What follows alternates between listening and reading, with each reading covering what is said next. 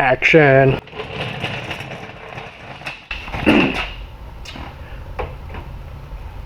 In the last video, I got the window opening, C-pillar, and top of the new fender all put together. It still needs more welding and sanding and some filler, but it's close enough that I can start working on the wide body. And I know this is the part that everybody wants to see, but I won't get the wide body done in one video. It's probably 4 or 5 because there's a lot of small steps involved. So in this video, I am going to work on the rear of the car and the fender opening. The major problem with shortening the back of this car is that the tail light wraps so far around the corner that the tail light is over the wheel arch, and that doesn't work. What I've decided to do is cut the tail light, because this corner piece of the tail light is only a reflector, and I can always put a reflector on the back bumper of the car on the outside, and it'll serve the same purpose. It'll keep the car visible at night, and it'll meet the transportation safety requirements.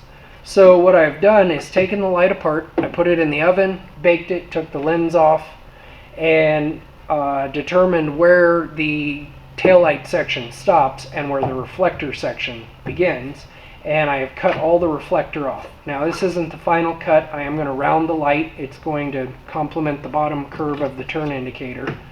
But this will allow me to start building the fender further back. Before, I would have to build the fender here, which wouldn't work because the wheel arch ends behind this area, so I'd have some kind of weird pocket.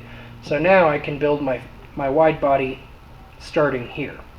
And to make the transition very gentle and not look too radical, I'm going to take the taillight garnish panel, which is metal, and start the build from here, somewhere around what would be the halfway point between the back and the side, and build the metal out to where I want the wheel well to land, which is about 2 inches, and build my transition, and then I can move my wheel arch to match the outside. Now this is original, so this is a known dimension. Even though the back end moved around in every direction, this is still standard, so if I build off of this on both sides, everything will be symmetrical.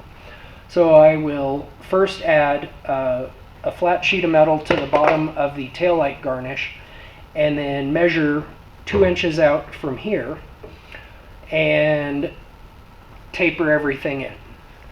Now 2 inches or 2.5 inches is the number, and of course I could build the car as wide as I want. I could do a 13-inch wider car like I did on the '83 Civic, but the goal of this is to make the car still look like something that Subaru would have produced.